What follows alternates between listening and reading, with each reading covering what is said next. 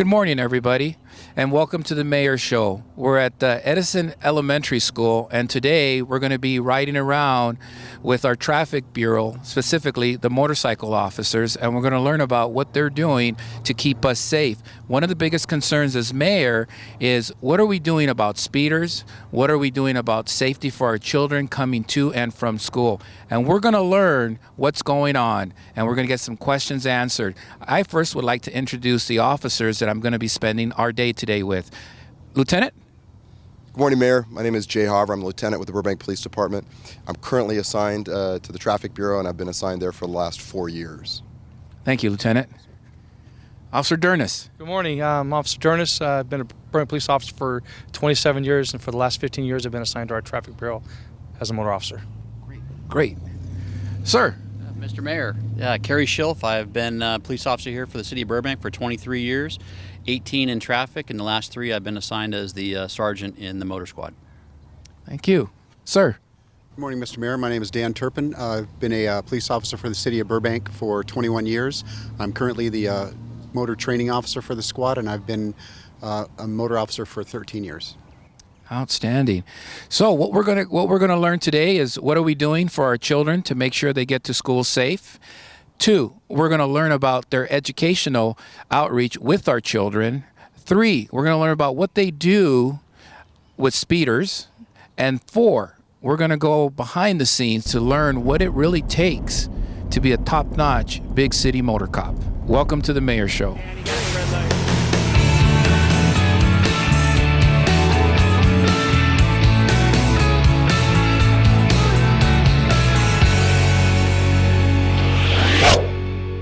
We're here at Edison Elementary School, and as you can see in the background, the children are getting ready to start their school day.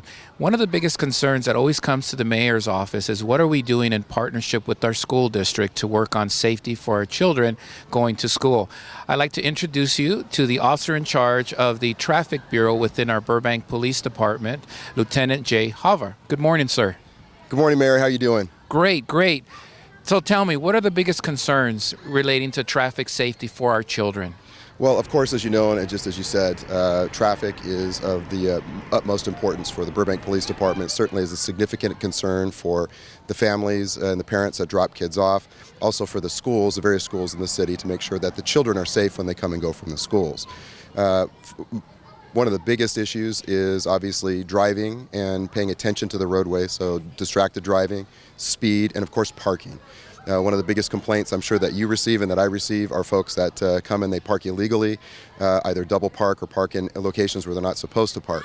Just like to remind parents that there's plenty of opportunity and locations for you to be able to park lawfully in front of the school to be able to drop your children off safely. I see that we have a valet parking system, so we can see a lot of the children are waiting to get in. What concerns you with your experience and background in traffic safety? Well, that you point this out, Mayor. I'm happy to say that we have an officer that's in charge of our valet program here in the city of Burbank. And we like to execute the valet program because it allows parents to be able to drive and drop their children off in a safe environment, as you're witnessing here, without even having to get out of the car. So without having to deal with the issues that we just talked about with parking, finding available parking, not parking illegally, you're able to pull up. The door is open, the child can exit the car safely and then enter school. How do we go about assigning officers to the schools? How do you pick what schools do the officers show up, and how do you go about that? At the beginning of the year, we assign an officer or officers to each of the schools in the city. Obviously, we have more schools than we have officers, so officers have multiple schools that they're assigned to. What we ask is that each of the officers, along with the parking enforcement officers, go to those schools and actually speak with the principal, the vice principal, the staff at the schools to make sure that they are addressing the individual needs of each of those schools. They exchange contact information, and we ask that the schools contact those officers directly, so that way any issues that should come up during the school year, be it with the valet program, any parking issues that they may have, or just other concerns that the schools may observe throughout the school year, relayed directly to the officers that are responsible for the school, that are at the school for the most part during the day, so that way they can handle it efficiently. Well, I know I appreciate every time I've called you, You've been right on top of it, what's going on with this. And I like your approach that you really like to work with the teachers, work with the parents, and the education. And I want to say thank you for that. And we'll be interviewing one of your enforcement officers very shortly in this program. Anything else in closing? No, Mayor, I'd just like to say thank you. Thank you for this opportunity. I'd like to say that I really believe in traffic safety, enforcement, educating the public. At the end of the day, we all need to get to where we're going, and we need to do it safely. And we're here to make sure that individuals are following the law and that everybody can get to their destination safely. You know, Lieutenant, thank you. We are very fortunate to have you. Thank you very much for your hard work, and I always appreciate, again, when I get a concern, you're easy to get a hold of, and I really appreciate how you direct your officers to work on these traffic safety problems for the safety of our children. Thank you so much, Lieutenant. Thank you, Mayor. Thank you.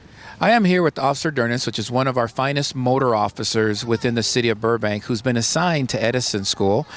Good morning, sir. How are you? Good. Thank you for having me here. Hey, thank you. Tell me about what you're doing here at the school.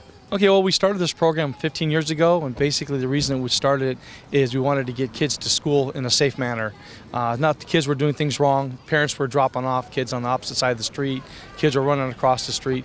So we came up with this program. Lieutenant Welker, 15 years ago, was our lieutenant in traffic, and now we have it in all 13 or 11 of our elementary schools, and the parochial schools also have it. So it's designed to get the parents to drive through this safe area, not having to get out of their car. And the car doors are open by students that they go to school with from all the different schools. 4th and 5th graders, the students that we use based on their maturity and able to handle tasks such as opening car doors and greeting kids, using part of their peace builders with the school, and representing their school in a positive way. And at the same time, educating kids about using safety, such as a safe delivery area, or maybe using the crosswalk to get to school in a safe manner. As I've been talking to some of the parents, they really love you at this school. Tell me some of your personal connections, outreach that you have done at this school to build this great relationship. Well, it's all about safety, especially for us in traffic. So, and I have a great rapport as far as with the schools because I've been a school resource officer back 25 years ago. And so with that, I brought in the education of talking about pedestrian and bicycle safety with the 4th and 5th graders mainly. And I refer to them as my ambassadors to go out and to teach other kids and even adults about using crosswalks in a safe manner, wearing their bicycle helmets, following all the bike rules to try to help prevent any traffic accidents involving not just kids but adults. This is your valet safety program, and it's only going to be as good as you guys want it to be. I come in and I help teach some of the safety stuff, and then I like for you guys to pass on some of the safety information to others that we're going to be talking about. About opening up car doors, about traffic safety, about riding your bikes and pedestrian safety. We're going to talk about that near the end. But this is your safe delivery valet program. You owe it to yourselves, you owe it to your school, you owe it to your community that after the training today, if this is not something for you, it's not exactly what you thought it was going to be, then you owe it to yourself to ask to be excluded from this. Because it's no horseplay. This is very serious. You're in charge of a moving vehicle. You're going to be doing the same thing that I do on the street when I'm directing traffic. You're going to be stopping a vehicle in a designated area, opening up a car door, and then asking that vehicle to move on its way. Okay? So it's really important for you to be respectful of others out there and at the same time work in a safe manner the whole time. Okay? As I've been watching this morning, you've created here a very safe environment. I mean, you don't got kids running across the street. You've got the parents pretty much orderly dropping off their kids, and the kids go right into school. That's a major accomplishment. I mean, there's a lot of children here. There are, but as you see, there's also parent volunteers here, which I refer to them as our traffic sergeants and the kids as our traffic officers. The only thing they're doing different that we do is they're working their job on the sidewalk in a safe way. And without their support, I tell them this is their program. I just help facilitate the safety part of it. And it's only going to run as good as they want it to run. As you can see, it's running really efficient because of their support and basically safety guidelines. What's really neat to have this conversation with you, sir, is that everybody knows you here. And this school really supports its police department because of you. You're actually the ambassador of goodwill within our community here for the school, for the children. I want to thank you for that. How long have you been a motorcycle officer? I've been a motorcycle officer for 15 years. 15 years. And how long have you been a Burbank police officer? Going on 28 years. Wow. And you're born and raised in our community? Actually, I was born in North Dakota, but I was raised pretty much in Burbank. Went through the Burbank school system. I went to John Burroughs. Went off to college and own a house here in Burbank. And so I have some commitments to the city and the community because of all the things that it's been good to me, and I want to keep it safe.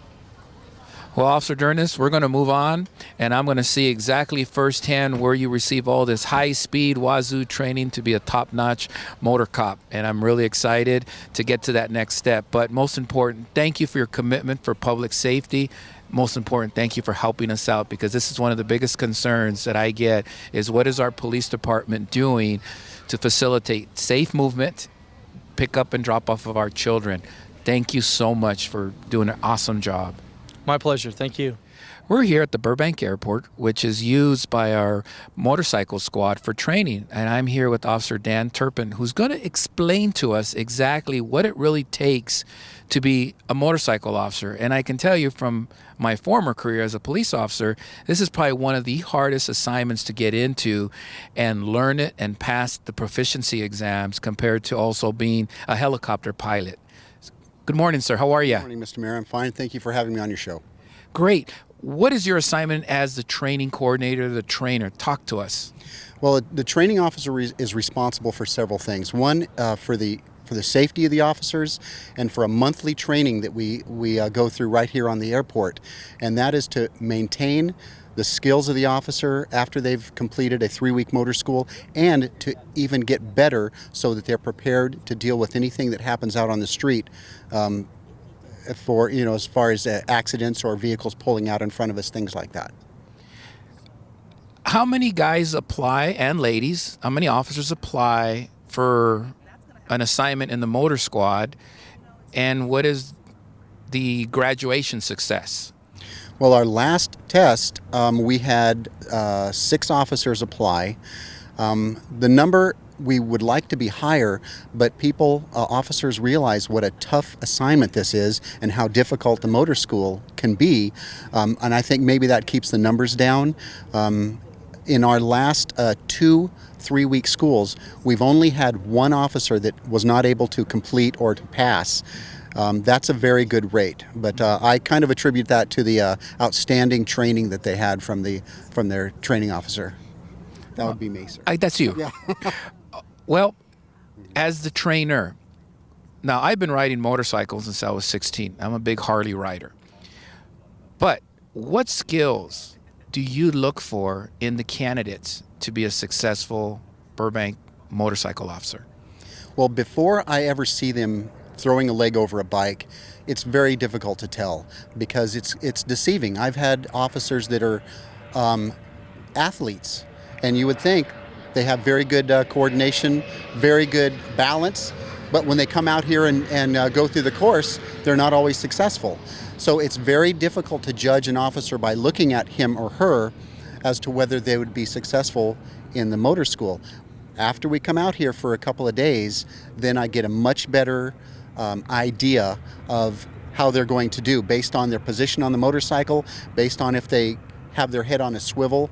That just means always looking around, things like that. It's and being comfortable with the motorcycle. That may be one of the biggest problems. Some officers are actually a little intimidated by the bike. How long have you been riding? About 40 years. I've been riding for 40 years. I've been on the squad since 2003, and I've been the training officer since 2011. And how long have you been a Burbank police officer? About 22 years. Wow. Thank you for your service. Oh, you're welcome, sir. Obviously, you love your job. Yes, I do, very much. Now, I came from a large agency, so I really want to learn. Has the Burbank Police Department ever competed with any types of other agencies for awards within? Because I know this is a very hard field to get into in law enforcement. This is probably one of the hardest tools within law enforcement. Has Burbank ever been on that radar as far as competition? Let the people know. Well, that's a great question. About 3 years ago, we started participating in what's called motor rodeos. Cities throughout Southern California will host a skills competition, and they nicknamed them the Motor Rodeo. The competitions that we've attended are Pasadena and Huntington Beach. I'm very happy to say that in the last 3 years of competing, we have medaled every year as a team. And this year in Huntington Beach, one of our officers, Officer Ryan Murphy, came home with a third place individual competition among approximately 160 of the finest riders in Southern California. Wow, that's great. Yeah. This is awesome. How many officers are assigned to the squad? Our optimal number is 13. Currently, we're down a few officers. We're down, I believe, to 11. We hope to build that up as more officers join the police department, and we get, enough staffing for it. Before we walk out to the motorcycles, I've noticed, at least in my career, it was Kawasaki's, it was Harley's, BMWs, electric motorcycles. Glendale PD has Hondas. As a trainer, what are your thoughts on where we're at with the motorcycle technology, the safety for the officers, the performance of the motorcycles? In your opinion, as a trainer, which bike do you think is the best for police work? Well, all those bikes that you mentioned are great bikes, and they all get the job done. However, in Burbank, for us, it's all about safety and the very best equipment to provide our officers to do their job. We test rode Harleys, we test rode Hondas, Kawasaki's, and the BMW, and at the end of the day, the BMW just performed better almost all the way across the board. And so that is the bike that we decided to go with. It's nimble, it's got superior braking. A motorcycle is going to go fast. What I look for in a bike is how easily it turns, how well does it brake, because those are the things that you really need when you're on the street. How about the tenure of the officers in the motor squad? What is how many years of service, of experience do they have before they can compete for this very highly thought after position? Well, technically, an officer has to be on the police department for 3 years before he can or she can put in or apply for other details. In the past, we wouldn't require a officer to have a motorcycle license. That has changed. I found that it's very difficult to teach someone how to ride a motorcycle and how to get through these very challenging patterns. So now the only requirement we have is that an officer have an M1 class motorcycle license when they start the motor school. Okay. Can you show us the motorcycles and explain what's on the bike to the members of the public, and then tell us about what we on the council approved, the 2 electric motorcycles, as we're trying to move to the future? I'd be happy to, sir. Thank you. All right. Explain to me about this motorcycle. Well, this is the 2015 BMW 1200 RT. It's state-of-the-art, cutting edge with not only motorcycles but police motorcycles as well. As just going around, Mr. Mayor, I'd like to show you a few features of this. On the side here, we have equipment bags that open from the rear. We keep our gear in them. You might notice I saw you looking at this. This is my partner, and he keeps my sight writer warm. This is what we use to write tickets, and it's a very expensive piece of equipment, so I kind of keep it safe in this. This is your ticket book. This is the ticket book. Gone are the days of writing paper tickets, Mr. Merritt. This is all done electronically, and here is the printer, a wireless printer, that we use to print out the citation and present it to the driver right there on the scene. And this is how it's done now. So every single citation, you just swipe the person's ID? You swipe just like a credit card, you swipe their driver's license, and it populates the screen with all of their information. You just have to do a few things with the stylus here, and then it's ready to print. Boy, I feel old. Well, so do I, sir. The last time I wrote a ticket, it was on a ticket book, and I remember the goldenrod that you would fill out on the back of the ticket? Was it sunny? Right. Oh my God, So modern do I. technology. And I refuse to give up my ticket book, but it's kind of a dinosaur. I don't use it anymore. I guess we're dinosaurs. I guess so, sir. Cool. What else is neat about your motorcycle? Right on the right side of the bike, we keep our laser holder. It's like it's a holster basically, and it keeps the LiDAR or the laser. We don't use radar. We use a laser, and basically, it's very simple to operate. It's a 1 week long class in order to be qualified to use this device. It's a 40-hour class. It covers not only laser but radar equipment as well. And until an officer signs up and completes that class, they're not able to use this piece of equipment. Can you shoot radar anywhere in the city? There are some streets in the city of Burbank that aren't that we can't shoot laser because we don't have a survey yet, or for some other reason. But most of the cities or most of the streets in Burbank, yes, we can deploy the laser, and it works very well. Is that a heavy piece of equipment? Well, you judge for yourself. It's not too bad. Oh no, it's not that heavy. A long time it can be, but it's not very heavy. Just a couple pounds maybe. Oh, cool. And also, I should mention that every officer is issued, every motor officer is issued one of these, and I've had this lucky number 7, since I've been on the squad. I get it. This motorcycle is very, very clean. Well, interestingly enough, when we're issued a motorcycle, the officers are responsible for keeping that bike clean. If there's a mechanical issue or maintenance, then we send it to a shop to be fixed. But every morning, personally, I wipe my bike down because this is my office, and I like my office to be clean, and most all of our motor officers feel the same way. So we all keep our bikes very clean, and a clean bike is a happy bike, as you well know. And I also noticed all this futuristic, obviously today being Wednesday, the 21st, 2015, Back to the Future. Right. I noticed all these clear lights, all these LEDs. Tell us about them. Well, this year's model has made some improvements. These lights are bigger, they're brighter. As a matter of fact, Mr. Mayor, I'm going to go ahead and turn these on for you. And you'll be able to see from this side that the blue, white, and red lights, they're LEDs, so they're very bright. They take very low power, and they can remain on for quite a long time. Some of the very cool features of this motorcycle are heated hand grips, heated seat, which I haven't used very much because it's beautiful out here, and a windscreen that actually raises and lowers. Would you look at that? So if I'm on the freeway and I don't want a lot of wind in my face, I will raise the windscreen up. If it's a beautiful day like today and I'm riding around the city, I want to have that wind. I take the windscreen down, so it does whatever I'd like it to do. It's very nice. Now, is this motorcycle liquid cooled? This is the first year that BMW has come out with the liquid cooled bike, and that's a benefit because it just stays cooler while you're riding it on a hot day.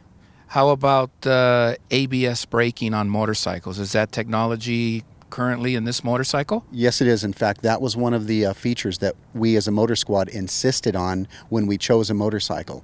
ABS is a wonderful tool for motorcycles, and that was a must for us.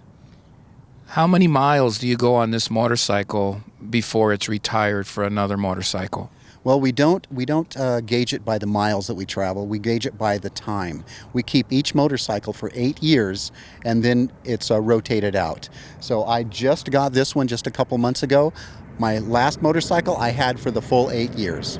Wow, that's pretty impressive. 8 years, huh? What other nice features does this motorcycle have that we don't know about or I haven't asked? Well, on this bike, and I'm still learning, mind you, it has a menu. It has a menu button right on this side, and the readout is on the screen here, and it'll show me outside temperature, it'll show me tire pressure, it has a timer, it has all sorts of stuff, even a pacer. I can pace a vehicle and it'll lock in that vehicle's speed. In case I'm driving and I can't use my laser, I can pace a vehicle, lock in their speed in the computer for if I have to testify in court later. So let me get this right. This new motorcycle, by the push of a button, you can't get to your laser. You just get behind the vehicle, push that button, and it automatically paces and tracks, That's exactly right. and the motorcycle is calibrated? And the motorcycle is calibrated twice a year. So if somebody were to contest a ticket, say you could not have been following me, I was only going 25, or I was going, he tells you I'm only going 25, but reality was going 45, 50 miles an hour. This motorcycle has that technology built in? Yes, it does. All I would have to do is bring the calibration card to present to the court, because they have to see that the motorcycle has been calibrated, and I would imagine that would be a win. I see. How often is that calibrated? The bike itself, AAA calibrates for speed, and they do it a couple times a year. As far as the other piece of equipment, my laser, that's only required to be calibrated every 3 years. Every 3 years? Yes, sir. Anything else on this motorcycle? That's actually a very new feature. Yes, it is. In fact, it's brand new for this year. Like I said, I'm still learning. There are still some buttons here that I'm not absolutely sure what they do, but I'm going through the manual. And I'm learning. So it won't be very long until I know everything that this motorcycle does. After 8 years, does this motorcycle go to an auction so members of the public can bid for it if they want to buy a police motorcycle, or does it just go, I don't know, where does it go? Well, I'm told that our bikes that are cycled out do go to auction. What happens is they'll take all of the police equipment, all the police lights, any logos off, so it cannot be identified as a police vehicle, and then the general public can purchase this motorcycle or any other motorcycle that's rotated out of service. Interesting. Anything else on the motorcycle? Well, there's just you know what? You really have to ride it to appreciate all the features. It's extremely comfortable. It's extremely agile, and the one new feature on this bike. And if you're not a rider, you might not understand this, but this motorcycle now has a wet clutch. Before, the difference between a wet clutch and a dry clutch, which our older BMWs have, is a dry clutch. You can't let it out and play with it. The clutch is either in or it's out.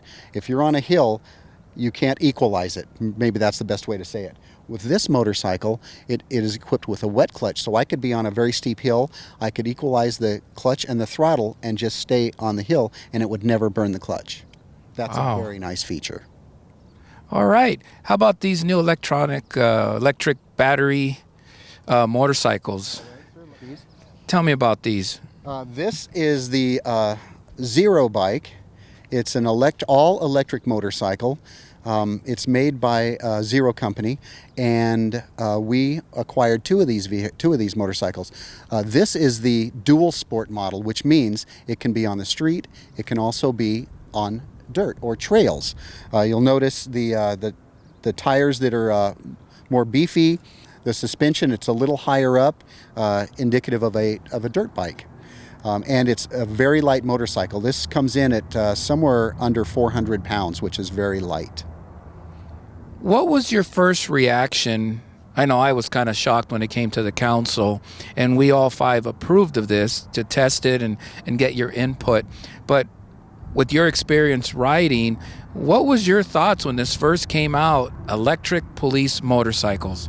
Well, being a fellow biker, I felt a little funny about it because I'm a bit of a traditionalist. The electric bike doesn't have a clutch. It has throttle and brake. So the first few times that I rode this bike, I found myself reaching for the clutch and trying to change gears, and there's nothing to change. It's one gear, and it's it just kind of goes by itself. So that was a learning curve for me and for most of our officers who rode it. After a little bit of training, we become pretty comfortable with the bikes, and they're excellent for covert operation. I mean, if you want to be sneaky, this is the bike to have because it's so quiet, people don't hear it. Oddly enough, that is also one of the problems with the bike. Because it's so quiet, people don't hear you coming, the motorcycle rider has to be even more alert because there's very, very little sound associated with this bike. So you can imagine, as we're driving down the street, if people don't hear an engine, they might back out in front of us. A pedestrian might step off of the sidewalk in front of us because they simply don't hear it. So that's something that we've learned to deal with and to adjust how we ride when we're on this bike. One of the concerns that I had when this first came to the council was how durable is this motorcycle for police work, in and out of traffic, going from 0 to 35, 40 miles an hour to catch up or get out of a hazardous situation. What has been some of the, whether positive comments or what modifications, since we're looking at your leadership and assessing these motorcycles, should we on the council support this new technology? Because this is good for the environment, and this is really good for our community that wants us to leave a cleaner carbon footprint. What are your thoughts, positive and negatives, about these motorcycles so far? Well, I don't have too much negative to say about it. It's, as you said, it's a clean motorcycle. It doesn't have any emission. The technology that goes into the motor, it's extremely powerful. One of our officers can be on this motorcycle all day, and that's a 12-hour day for us without the battery going empty. It's very quick. When you roll the throttle on, hold on, because it's going to get out there very quickly. So catching up to traffic is not a problem. Driving in between traffic or obstacles, because the bike is narrow and light, that's not a problem. That's very easy.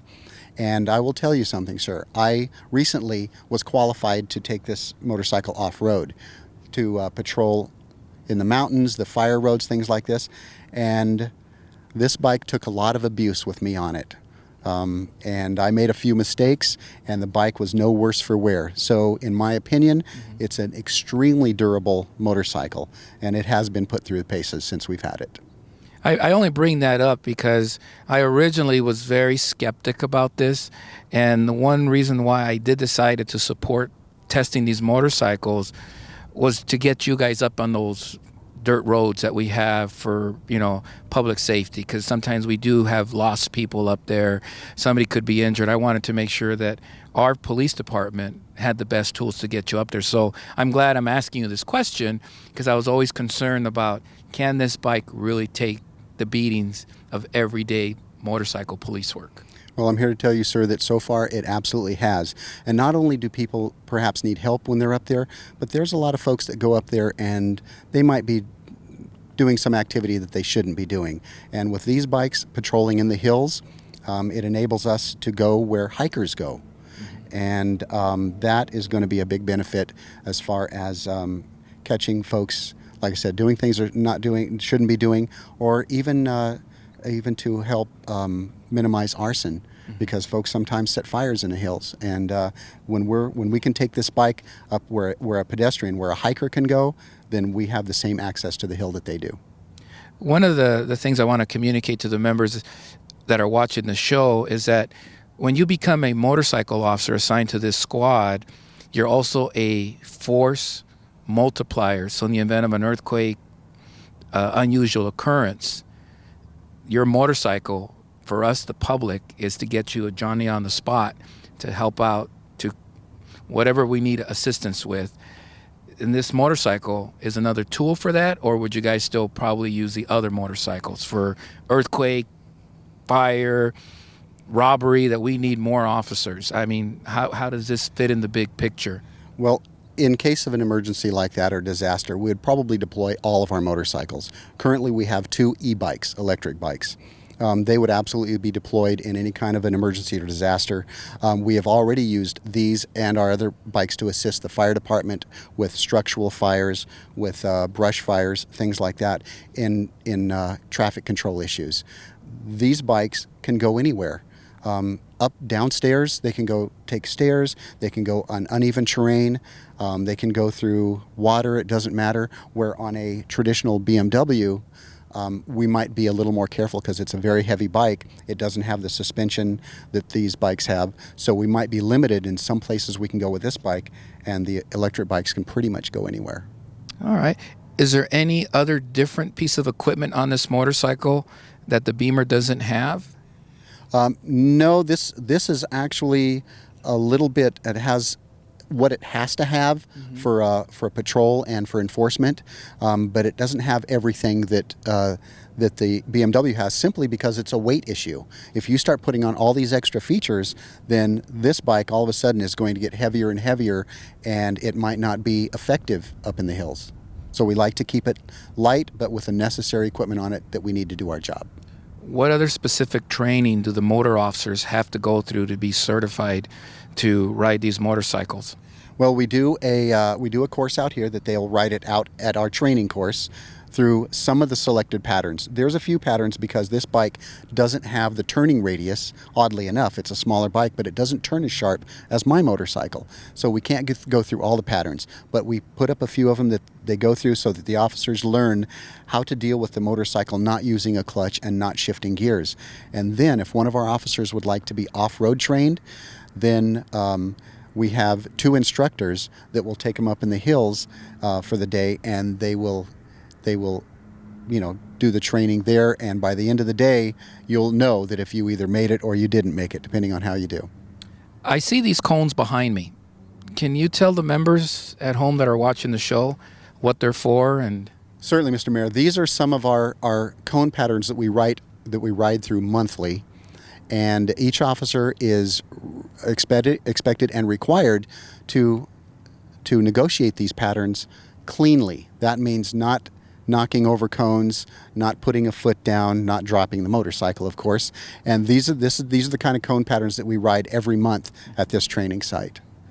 okay, do you think we can see an officer go through this so the members of the audience at home can really understand what it really takes to be a motor cop and the proficiency that's needed to keep one of these motorcycles off the ground, basically, so they don't drop it? Absolutely. In fact, we've selected one of our finest motor officers. He's been on the squad longer than anybody else. It's Officer Dernis, and Officer Dernis will be happy to demonstrate that.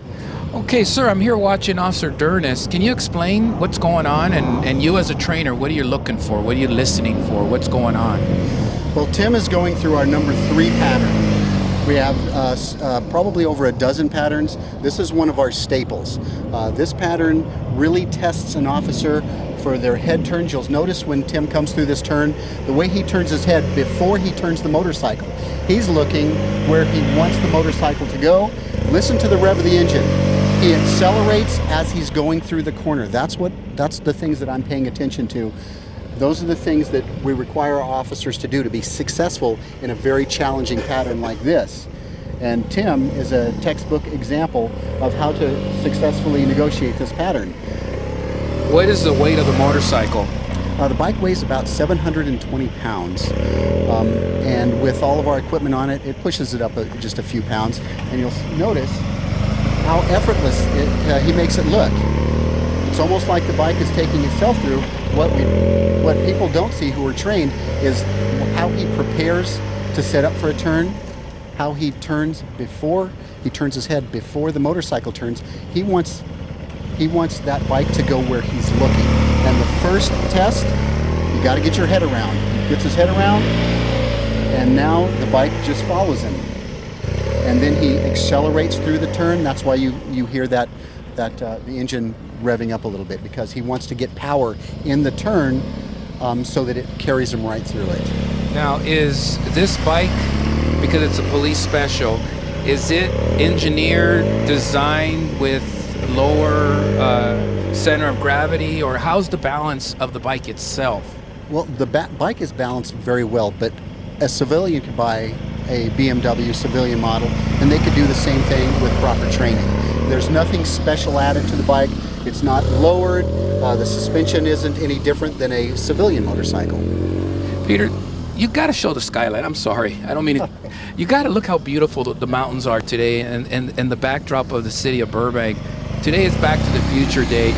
Look how lucky we are to all of us as a community to live here in Burbank. That's a beautiful shot. I'm sorry, I had to acknowledge it. It makes our training day even better when we have a backdrop like that and we come out here and do our monthly training. So we're very happy to be at this area, in this spot. Now, what if the officer couldn't obviously stop real quick, dropped his motorcycle? How many times, or what is the process for passing this? The rider during the motor school has to negotiate this 3 times clean. And that means they have to go through this pattern 3 times without hitting a cone, without putting their foot down, without dropping the motorcycle. So if, a lot of times they'll get 2 times clean, the 3rd time they'll mess up. Guess what? They have to start all over again. And because it has to be 3 in a row. Every pattern that I put up, the officer has to complete it 3 times in a row clean before they can be successful in this school. Now, is this a Burbank high standard? Is this a post high standard, which is police officer standard training? Where do we come up in the city of Burbank, the Burbank Police Department, with this prerequisite that you got to do it this way? Well, that's a great question. Post requires 4 patterns. They have 4 mandated patterns that a motorcycle officer in the state of California must pass. In Burbank, our standards are a little bit higher. So we put up at least a dozen patterns, and I require my officers to successfully negotiate every single one, not just the 4 that the state requires, because the way I look at it, the better trained they are, then the safer they'll be on the street. Now, there's some other cones over here that are not like this pattern. What are we looking at with this different cone pattern, and what is Officer Dernis doing? Officer Dernis is going to work the motorcycle through the offset 90s. What it is, it's a series of gates, and they're offset, as you can see, and he's placing the bike between the 2 cones on each side, and he's simply going through the cone pattern, keeping the motorcycle, keeping it balanced, keeping the revs at a fairly constant level. You can hear right now it's not being over revved, and he's doing his head turns again. As you can see, this because we put this pattern up every single month. This is one of the warm-up patterns that the motors use to get ready for the more challenging patterns, because this uses most of the tools to be successful. He turns his head. He's got the right clutch and throttle positioning. We call it a friction point. When the clutch is at a certain point and the throttle's at a certain point, that pulls the motorcycle around the course, and we call that the friction point. These guys hear me say those 2 words 100 times during a motor school, because that's what it's all about. As long as there's power to the rear wheel, Tim will be able to go through here, and as you can see, it looks pretty effortless. But let me tell you, when a new motor officer is trying to go through here, they're dropping the bike, they're driving on the outside of the patterns, because as easy as it looks, it certainly isn't that easy when you get through and start to negotiate this pattern. So if I understand, the skill set that you as a trainer are looking for is that the officer understands that as long as he keeps power to the rear wheel, that is correct, sir. It'll keep him basically on the deck as he's going in and out of the cones? Power provided to the rear wheel makes the motorcycle want to stay up. When it's in a coast, which means it's just idling, the bike doesn't want to stay up because there's no torque to the rear wheel, there's no power. But as soon as there's power to the rear wheel, you can lean this motorcycle very, very far over to the side, and it will still pull you around a curve. And as you can see, not one single cone down. Now, what about the braking? Is he applying the brake, the clutch, the gas at the same time, or what is the drill here? I'm glad you asked that. Our motor schools, we work without brakes. It's our philosophy in Burbank that if you can control the motorcycle using the clutch and the throttle, you can just about do anything. It's very difficult, but this is a brakeless motor school. There's only 2 or 3 patterns that we must use a brake in. It's because of the speed. But through the pattern that we just saw, the number 3, that was all without brakes. And that's very difficult to learn, and that's one of the reasons why this school is so challenging. Wow. Well, I'd like to ask you a favor. Now, I've never ridden a BMW. I've never ridden an electric bike. I have ridden Harleys my whole life. I was wondering what would be the possibility of giving me some seat time on one of the motorcycles to learn. Well, Mr. Mayor, I'm okay with that, but you have to remember, if you break it, you buy it. Oh boy, the taxpayers probably won't like that. But I like to try it. All right, sir, it's all yours. Oh, thank you so much because I can learn a lot from you. Oh, thank you. Okay, explain to me the motorcycle. I'm excited. Well, Mr. Mayor, this won't take long because it's a very simple process. The key gets turned on. Some things happen on the screen here. It's calibrating, it's doing things, and when it stops flashing, it's ready to go. The next thing that's to be done is this little red button. Right now, if I put the accelerator on, nothing happens with the throttle. However, when you push this button down, this little circle at the bottom, it'll show up here, and when it does, this bike is ready to go. Now, if you turn the throttle, exciting things are going to happen. So you want to be on the motorcycle. That's about it. The other thing you have to remember is it's got a brake, a hand brake, and it's got a foot brake. Okay, so the foot brake is on the right side, hand brake is on the right side, the throttle is here. There is no clutch, there are no gears to shift.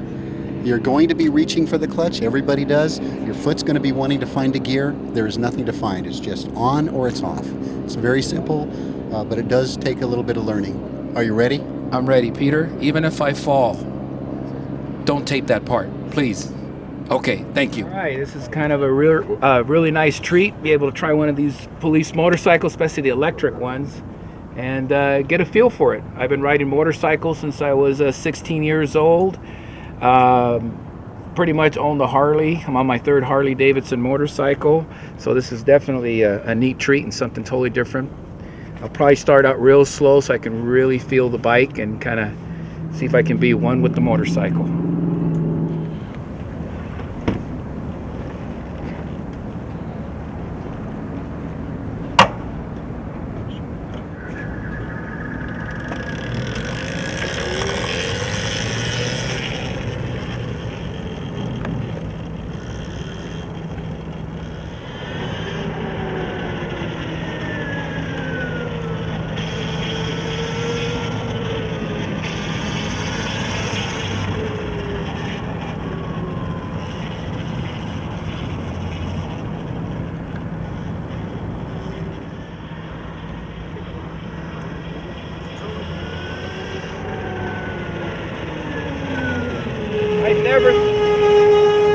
I never thought I'd be riding an electric motorcycle, but what a neat experience. It's pretty quick. It definitely takes off when you accelerate it. Interesting not hearing the 2 cylinders on a Harley Davidson motorcycle. This is a really nice treat, really neat motorcycle.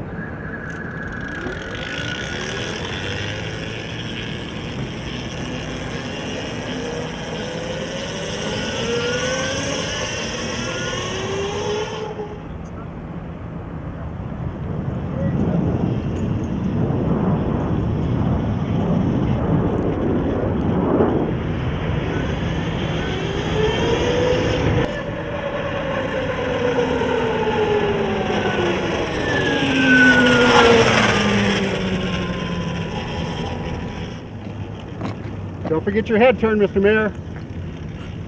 Throttle through it.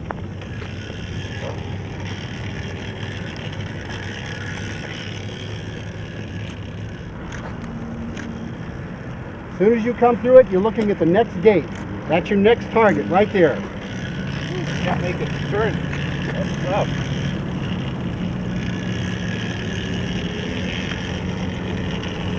All right. Very This good. is a bitchin' bike, man. It is. Yeah. It really is. It's an absolute cool bike. And Sergeant Schilf told you about the Eco mode, which saves battery power, but it's not as quick, not as responsive. The Sport mode, you know, it's very responsive, but it chews up the battery a little faster. Right. I tell you what, for the first time ever on an electric motorcycle, You did very well. this is very I gotta tell you, impressive. you this did very well. motorcycle. Some of our motor officers didn't do that well the first time they jumped on it. So Well, it's you know the what? coach. You're invited to come to one of my motor schools, sir.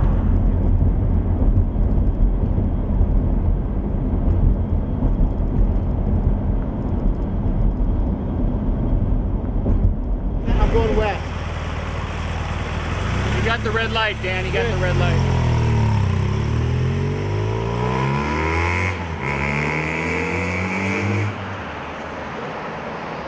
Okay, we spent this morning learning about the commitment to get our kids to school safe. We went to the airport to learn about what type of specific training they need to be assigned to the motor squad, but now we're out in the field doing the day in and day out traffic enforcement. I'm here with Sergeant Carrie Schulf from our Burbank Police Department. And what are we doing here, and how do we come to this street? And tell us everything that we need to know. Sure, Mr. Mayor. The primary mission for the Traffic Bureau is to reduce fatalities, injury collisions, and overall collisions throughout the city. And the way we do that is three ways. We educate folks, which we saw this morning, and we also do enforcement, okay? One of our top three primary collision factors which cause these collisions is speeding. So it's our responsibility, motor officers' responsibility, to slow people down on these major highways. And the third way we do this is through engineering. So we work in combination with our traffic engineer to make sure that the roadways are safe to travel on. One of the complaints that I get from the residents is some of the studio employees racing down these streets. What are you doing to answer the needs of the community to make this street safer, but get people to drive slower? What are we doing? 3 years ago, we identified this problem. We realized that these major corridors that bring folks into the studios, into other businesses, Hollywood Way, Alameda here, we're on Alameda, Buena Vista, Magnolia, Victory, Burbank. As people come in and commute into our city, the speeds get a little bit higher. So what we did was we did selective enforcement in these corridors to slow folks down. And since we've been here for no more than 5 minutes, I noticed the officers were shooting radar and they got a vehicle going westbound at 51 miles an hour. Is that an average speed limit in this neighborhood? This particular street is posted at 35. It's a prima facie speed, so it's four conditions on its face. A 40 mile an hour speed might not be unreasonable for traffic conditions. And in this case, a 40, 42 mile an hour speed, in my opinion, is not an unsafe speed. However, when you're starting to get up at 50 miles an hour, a vehicle going 50 miles an hour is traveling at approximately 75 feet per second. Okay, so 75 feet per second. If you look and you go, the average driver perceives and reacts to a danger in 1.5 seconds. It shows you that that person, before they even perceive and react a problem coming in an intersection, have already gone through an intersection. An intersection is approximately 75 to 80 feet wide. So that's where it's really important to get those speeds down to a reasonable speed to protect these folks from getting, to protect them from themselves from getting in collisions. Now, a lot of people say, well, yeah, you know what, I was going 50, I wasn't paying attention, but it's safe. How do you handle that when you're trying to educate the people that, hey, the posted speed limit here is 35, 40 miles an hour? I mean, how do you handle that? Well, there's different ways to handle it, and education is a big way to handle that, and explain to them, just like I explained to you, at 50 miles an hour, 75 feet per second, the average intersection is 75, 80 feet. It's going to take you a second and a half to even perceive a car turning left in front of you. If you were going 35, you have more time, you have more distance. And then if that doesn't work, then sometimes the enforcement works, and then that's up to a judge, a magistrate, to maybe explain to them in different words, maybe better than we can do. Okay, here's a tough question. Do you know what the average amount of cars traveled on Alameda and Orchard we're at right now? Would you happen to know that number? How many vehicles per day? No, I do, actually. I do. This is a major thoroughfare. We have approximately 25,000 vehicle trips per day each way. So up to 50,000 vehicles travel to and from on this road in any given day. And what is the major violation, in your professional opinion, on this street? There's going to be speeding is probably number one. And number two is going to be a yield violation, cars pulling out from the feeder streets here, not yielding to oncoming traffic. And number three is going to be an inattention. They're eating, they're listening to the radio, they're on their cell phone, talking on their cell phone, they're using a GPS device, what have you. Now, I keep hearing the beeps going on. Those are the laser devices locking in on the front or the rear of a vehicle, either coming towards us or away from us, and locking the actual speed of the vehicle. A laser is much like a rifle shot. It shoots a very thin beam, and it gets one vehicle at a time, whereas the old radar devices were more like a shotgun blast, and they would get multiple vehicles at one time, and you would have to pick out the vehicle that was actually doing the excessive speed. Wow. May I ask an officer a question? If it's, I don't want to get involved in. Absolutely. Okay.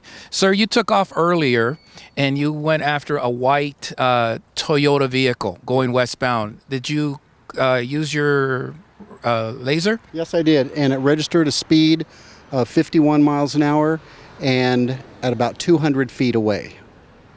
Wow. And what was your enforcement, education, citation? What'd you? This particular stop, Mr. Mayor, it was an education stop. I informed him the violation. He was honest and didn't try to hide anything, and I made the decision that he would probably learn from an advisal. Okay. Well, thank you for informing us.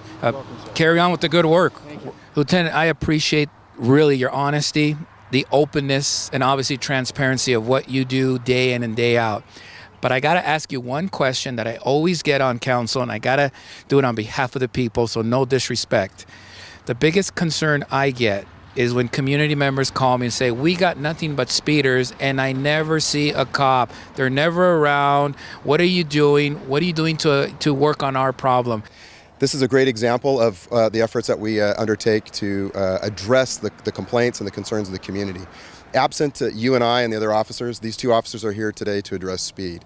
If you weren't paying attention and looking for them, you may not know that they were here and that they were actually working speed enforcement on this particular street.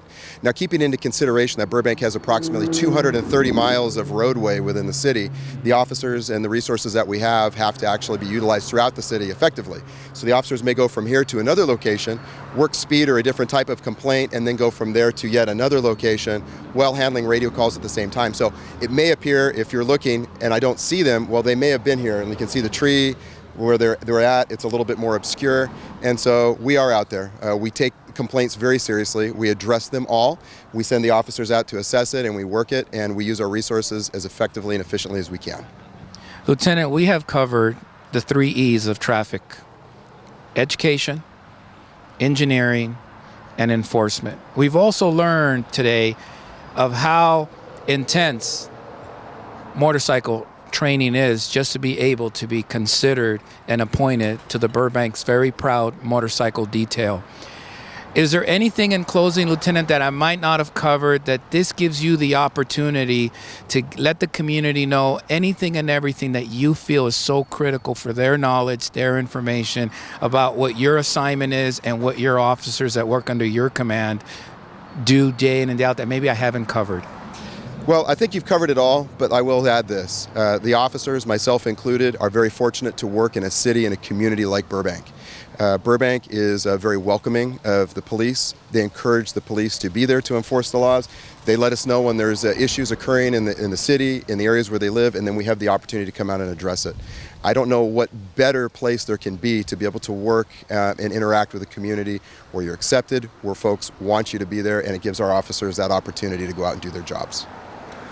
Folks, we had this really unique privilege to go behind the scenes and really learn about what we are doing as a city, but most important, our motorcycle squad with regards to traffic enforcement, because I've heard you loud and clear, traffic, speeders, but also we took the opportunity to go to one of our elementary schools and see the other side as we're working with parents to make sure that our kids get to school safely and they leave school safely, and also working with the neighbors with their concerns around the schools. So I hope you've enjoyed the show. I know I did, and I definitely had a privilege riding this new electric motorcycle, which was a great treat to ride with Burbank's finest.